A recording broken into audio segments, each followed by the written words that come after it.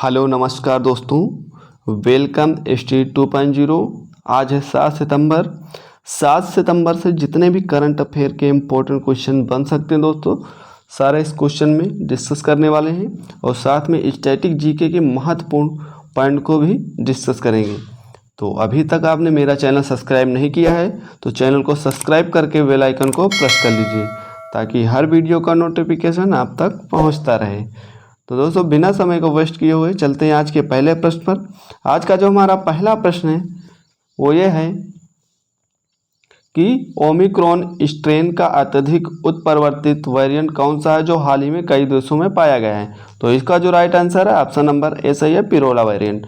पिरोला है, याद रखेंगे, ये कोविड-19 का वेरिएंट है। कोविड-19 का याद रखेंगे, कोविड-19 का जो वेरिएंट है, कोविड-19 का वेरिएंट है ये। पहले तो चीन में इसकी शुरुआत हुई, चीन से, फिर यूएसए, फिर कई देशों में पाया गया है।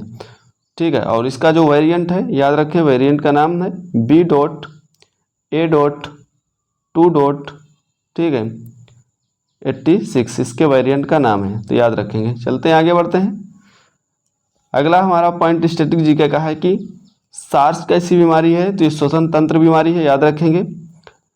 B.1.617.2 वेरिएंट किसका है, तो डेल्टा का वेरिएंट है।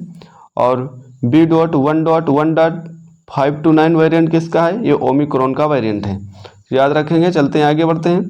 अगला हमारा क्वेश्चन नंबर 2 है, 132वें डूरंड कप 2023 की विजेता टीम कौन सी है। तो मोस्ट इम्पॉर्टेंट क्वेश्चन है, जो 132वें डूरंड कप 2023 की विजेता टीम आपसे पूछा है। तो इसका जो राइट आंसर है ऑप्शन नंबर बी सही है, मोहन बगान। मोहन बगान इसकी जो विजेता टीम रही, याद रखेंगे। और 132वें नंबर का है, याद रखेंगे, ये भी 132वें नंबर का है डूरंड कप। तो इसका जो राइट आंसर है ऑप्शन नंबर बी सही है, मोहन बगान। चलते हैं आगे बढ़ते हैं। अब डूरंड कप, जो डूरंड कप का संबंध आपसे पूछे किस खेल से है, तो फुटबॉल खेल से संबंधित है डूरंड कप। और एशिया का सबसे पुराना फुटबॉल टूर्नामेंट आपसे पूछे तो डूरंड कप है, याद रखें। एशिया का सबसे पुराना फुटबॉल टूर्नामेंट डूरंड कप है, याद रखेंगे। और संतोष ट्रॉफी की विजेता टीम आपसे पूछे अब की, तो ये है कर्नाटक, और उप विजेता टीम मेघालय है। और संतोष ट्रॉफी का संबंध भी फुटबॉल से है, याद रखेंगे। फुटबॉल से इसका भी संबंध फुटबॉल से है, तो याद रखेंगे। चलते हैं आगे बढ़ते हैं। अगला हमारा पॉइंट ये है कि जो महिला कबड्डी लीग पहली बार कहाँ पर हुई है, याद रखेंगे। पहली बार हुई है, पहली बार हुई है, कहाँ पे हुई है, तो ये दुबई में हुई है, याद रखेंगे, दुबई। और इसकी विजेता टीम जो रही है उमा कोलकाता, इसकी विजेता टीम रही है। उमा कोलकाता इसकी विजेता टीम रही, याद रखेंगे। चलते हैं आगे बढ़ते हैं।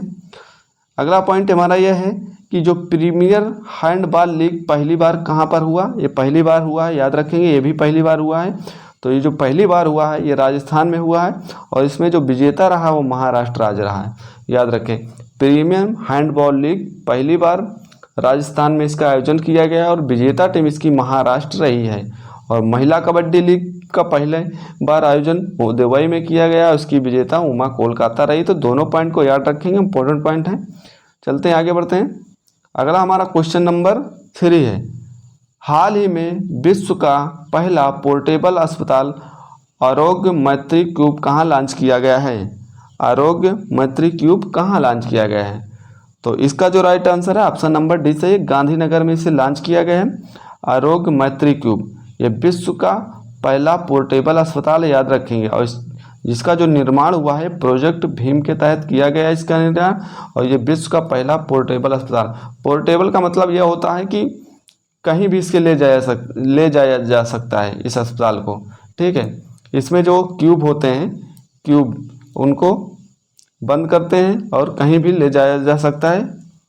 तो ये विश्व का पहला पोर्टेबल अस्पताल बन गया है, और इसका जो लॉन्च किया गया है एक गांधीनगर में इसके लॉन्च किया गया है। तो याद रखेंगे, आपदाओं में इसका काम आएगा। जैसे कहीं पे आपदा आती है तो वहाँ पे इसको काम में लिया जाएगा। तो ये गांधीनगर में इसका जो लॉन्च किया गया है इसको। तो चलते हैं आगे बढ़ते हैं। अगला हमारा पॉइंट ये है कि जो निराक्षी का संबंध किससे है। निराक्षी आपसे पूछे, कुछ महत्वपूर्ण स्टैटिक जीके हैं, देख लेते हैं।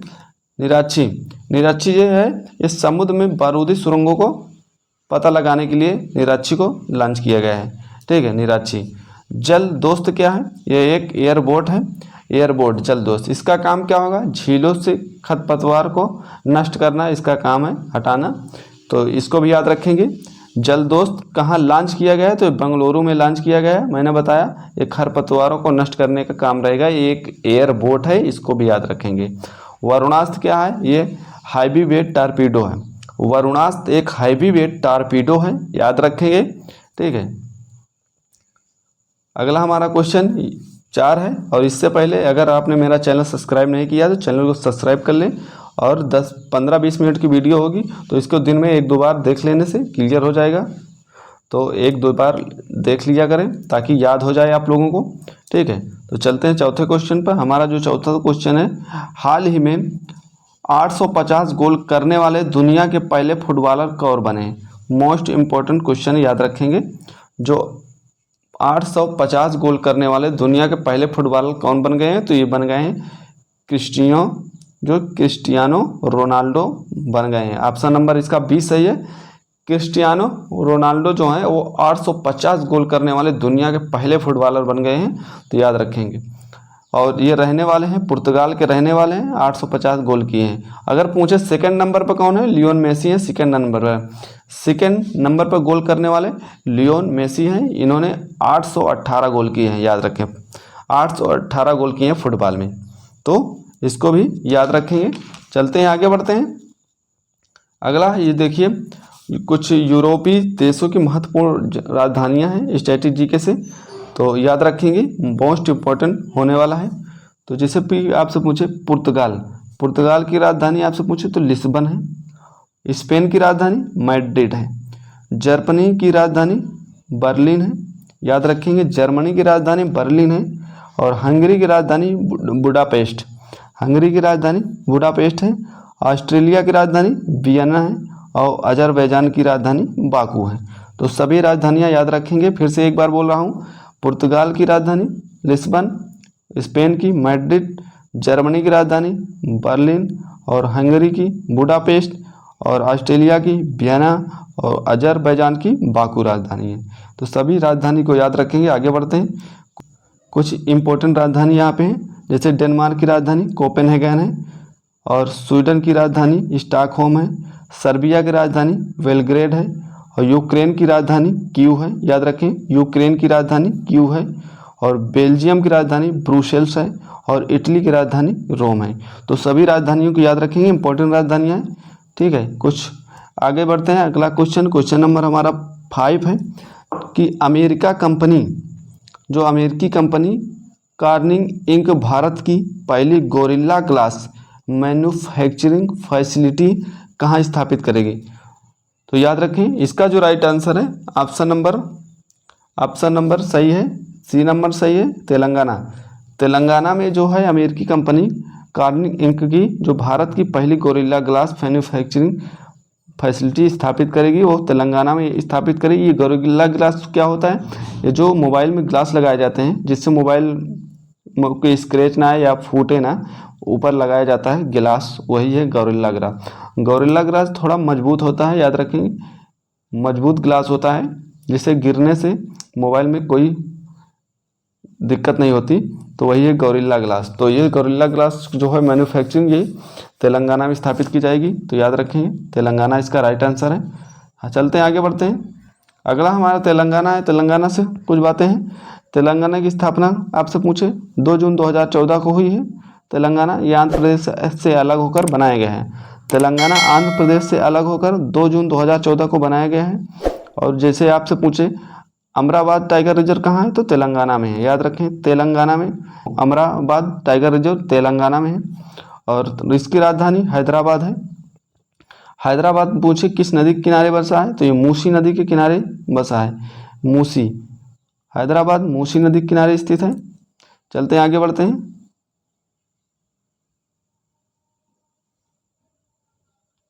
हुसैन सागर झील आपसे पूछे कहाँ पर है, सिकंदराबाद में स्थित है, तेलंगाना में हुसैन सागर झील। अगर अगला पॉइंट है कि जो 1000 खम्भों का मंदिर कहाँ पे, वरंगल कहाँ पे, तेलंगाना में है। वरंगल 1000 खम्भों का मंदिर वरंगल में है, वरंगल तेलंगाना में स्थित है। मृगवानी राष्ट्रीय उद्यान कहाँ है, ये भी तेलंगाना में है, याद रखेंगे। चार मीनार कहाँ पर है, चार मीनार हैदराबाद में है। नागार्जुन सागर बांध किस नदी पर स्थित है? ये कृष्णा नदी पर स्थित है। तो सभी इंपॉर्टेंट पॉइंट को याद रखेंगे स्टैटिक जीके के। ठीक है, अगर आप पूछे विधानसभा की सीट कितनी है तेलंगाना में, तो 119 सीटें हैं, याद रखेंगे। लोकसभा की 17 सीटें और राज्यसभा की 7, 17 सत्ते 119 याद रखेंगे। 119 सीटें विधानसभा की, लोकसभा की 17 सीटें और राज्यसभा की 7 सीटें हैं तेलंगाना में। तो इतने पॉइंट को याद रखेंगे। चलते हैं आगे बढ़ते हैं। अगला क्वेश्चन नंबर हमारा 6 है। हाल ही में जलवायु अनुकूल कृषि पर G20 तकनीकी कार्यशाला कहाँ प्रारंभ की गई? जो जलवायु अनुकूल कृषि पर G20 तकनीकी कार्यशाला कहाँ प्रारंभ की गई? तो इसका जो right answer option number A सही है, हैदराबाद में एक कार्यशाला प्रारंभ की गई है। तो इसका right answer Hyderabad, option number A सही है, हैदराबाद। चलते हैं आगे बढ़ते हैं। स्ट्रैटेजी के कुछ देख लेते हैं करंट से रिलेटेड। जैसे G20 की चौथी शेरपा बैठक कहाँ हुई? ये नूह कहाँ है? हरियाणा राज्य में स्थित है, याद रखें, नूह हरियाणा में है। अभी हाल ही में चौथी शेरपा बैठक आयोजित की गई नूह हरियाणा में। G20 की पहली शेरपा बैठक पूछे थे उदयपुर राजस्थान में स्थापित, मतलब वहाँ पे आयोजित की गई है राजस्थान में, उदयपुर के राजस्थान में G20 की पहली शेरपा बैठक आयोजित की गई थी। G20 पर्यटन की पहली बैठक आपसे पूछे तो कच्छ का रण, ये कच्छ का रण में पहली बैठक का आयोजन किया गया है, कच्छ का रण जो कि गुजरात में है, याद रखें। चलते हैं आगे बढ़ते हैं। अगला हमारा पॉइंट यह है कि G20 की पर्यटन की तीसरी बैठक कहाँ आयोजित की गई है? ये जम्मू कश्मीर में आयोजित की गई है, जम्मू कश्मीर, याद रखेंगे। G20 रोजगार की समूह की पहली बैठक ये जोधपुर में आयोजित की गई है, राजस्थान में स्थित है जोधपुर। यहाँ पे G20 जो है रोजगार समूह की पहली बैठक का आयोजन किया गया है। G20 शिक्षा समूह की पहली बैठक ये चेन्नई में आयोजित की गई है, G20 शिक्षा समूह की पहली बैठक। सभी पॉइंटों को याद रखेंगे। अगला हमारा क्वेश्चन नंबर 7 है। हाल ही में किस देश के वैज्ञानिकों ने पहली बार बादलों में माइक्रोप्लास्टिक की खोज की है? जो बादलों में माइक्रोप्लास्टिक की खोज की गई है वो पहली बार की गई है, वो कहाँ की गई है आपसे पूछा है। तो इसका राइट आंसर है ऑप्शन नंबर सी सही है, जापान में। जापान में वैज्ञानिकों ने अभी हाल ही में बादलों में माइक्रोप्लास्टिक की खोज की, याद रखेंगे।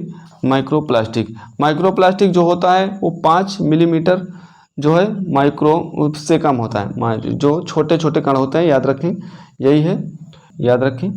तो चलते हैं आगे बढ़ते हैं। अगला हमारा जो पॉइंट है कि जैसे विश्व पर्यावरण दिवस 2023 की थीम आपसे पूछे, अगला पॉइंट, तो विश्व पर्यावरण 2023 की जो थीम है वो बीट द प्लास्टिक पॉल्यूशन, इसकी थीम है 2023 की। विश्व पर्यावरण 2023 का होस्ट देश कोटे डी आइवर था, याद रखिए, कोटे डी आइवर इसका होस्ट देश था। आपसे पूछे जो कृत्रिम वर्षा होती है वो किससे होती है? वो सिल्वर आयोडाइड से होती है, याद रखें, कृत्रिम वर्षा सिल्वर आयोडाइड। और अम्लीय वर्षा किससे होती है? और सल्फ्यूरिक अम्ल और नाइट्रिक अम्ल से अम्लीय वर्षा होती है, तो याद रखेंगे। चलते हैं आगे बढ़ते हैं। अगला हमारा क्वेश्चन नंबर 8 है। हाल ही में NCERT ने किसके सहयोग से स्वास्थ्य पर आधारित let's move forward comic book जारी की है? तो इसका जो राइट आंसर है ऑप्शन नंबर बी सही है, यूनेस्को के सहयोग से स्वास्थ्य पर आधारित let's move forward comic book जारी की है NCERT ने, तो याद रखेंगे इसका ऑप्शन नंबर बी सही है। तो चलते हैं आगे बढ़ते हैं। अगला हमारा पॉइंट ये है कि जो नवीनतम स्टैटिक जीके क्वेश्चन है देख लेते हैं कुछ।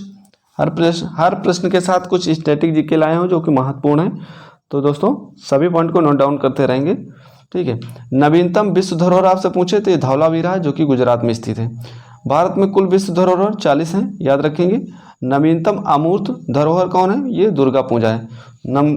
जो अमूर्त धरोहर होती हैं वो होती हैं जिनको हम छू नहीं सकते, याद रखेंगे। तो दुर्गा पूजा नवीनतम अमूर्त धरोहर है और भारत में कुल अमूर्त धरोहर 14 हैं, याद रखेंगे, ठीक है। चलते हैं आगे बढ़ते हैं। अगला क्वेश्चन नंबर हमारा 9 है। हाल ही में केंद्रीय शिक्षा मंत्री धर्मेंद्र प्रधान ने किसे डीम्ड यूनिवर्सिटी का दर्जा प्रदान किया है? तो अभी पूछे शिक्षा मंत्री कौन है? शिक्षा मंत्री हमारे धर्मेंद्र प्रधान है, याद रखेंगे। शिक्षा मंत्री धर्मेंद्र प्रधान है, इन्होंने अभी डीम्ड यूनिवर्सिटी का दर्जा दिया है, ठीक है, तो याद रखेंगे। तो NCERT जो NCERT है इसकी स्थापना आपसे पूछे, यहाँ पे पहला क्वेश्चन एनसीईआरटी 1961 में हुई है, मुख्यालय इसका दिल्ली में है, हेड कौन है इसके दिनेश प्रसाद सकलानी हैं, और लोगो इसमें 3 अंश होते हैं, इसके लोगो में 3 अंश होते हैं, याद रखें। और इसका ध्येय वाक्य क्या है, याद रखें, विद्या अमृतम श्रुते, विद्याय अमृतम श्रुते इसका ध्येय वाक्य है। चलते हैं आगे बढ़ते हैं। अगला हमारा पॉइंट यह है कि शिक्षा का अधिकार अधिनियम कब का है, ये 2009 का अधिनियम है, याद रखेंगे। और ये लागू 1 अप्रैल 2010 से हुआ है, 1 अप्रैल 2010 से ये लागू हुआ है, और ये अधिनियम 2009 का अधिनियम है। आपसे पूछे शिक्षा का जो अधिकार किस अनुच्छेद में, अनुच्छेद 21A में है, शिक्षा का अधिकार अनुच्छेद 21A में है। चलते हैं आगे बढ़ते हैं। अगला क्वेश्चन नंबर हमारा 10 है, हाल ही में दुनिया के सबसे ऊंचे लैंडमार्क साइन का गिनीज वर्ल्ड रिकॉर्ड बनाने वाले हट्टा साइन कहाँ स्थित है। हट्टा साइन ये दुनिया का सबसे ऊंचा है, याद रखेंगे। पहले तो ये हट्टा साइन है, दुनिया का जो सबसे ऊंचा है, ये गिनीज वर्ल्ड रिकॉर्ड बनाने वाला है। तो ये हट्टा साइन ये विश्व का सबसे ऊंचा लैंडमार्क है, याद रखेंगे। ये कहाँ स्थित है, ये यूएई में स्थित है। ये पर्वत कौन से पर्वत पे, हजार पर्वत पे। तो इसका जो राइट आंसर है ऑप्शन नंबर डी सही है, यूएई। ठीक है, इसका ऑप्शन डी सही है, यूएई। हट्टा साइन यूएई में स्थित है। तो चलते हैं आगे बढ़ते हैं। अगला पॉइंट ये है कि वर्ल्ड गवर्नमेंट समिट कहाँ पर हुई है, ये दुबई में हुई है। COP28 कहाँ पर होगा, यूएई अबू धाबी में होगा, याद रखेंगे। COP1 कहाँ पर हुआ है, ये बर्लिन में हुआ है 1905 में, बर्लिन में इसका आयोजन किया गया है COP1 का, तो याद रखेंगे। अगला हमारा पॉइंट ये है कि ICC का मुख्यालय दुबई में है, याद रखेंगे। जैद तलवार युद्ध अभ्यास किसके बीच होता है, ये भारत और यूएई के बीच जैद तलवार युद्ध अभ्यास का आयोजन किया जाता है, तो याद रखेंगे। और ICC का जो मुख्यालय है वो दुबई में है। तो दोस्तों वीडियो कैसी लगी, कंटेंट कैसा हमारा लगा, अगर कंटेंट पसंद आया हो तो वीडियो को लाइक कर दें, सब्सक्राइब करें और अपने दोस्तों तक शेयर करें। तो मिलते हैं नेक्स्ट वीडियो में। आज के लिए जय हिंद, जय भारत दोस्तों।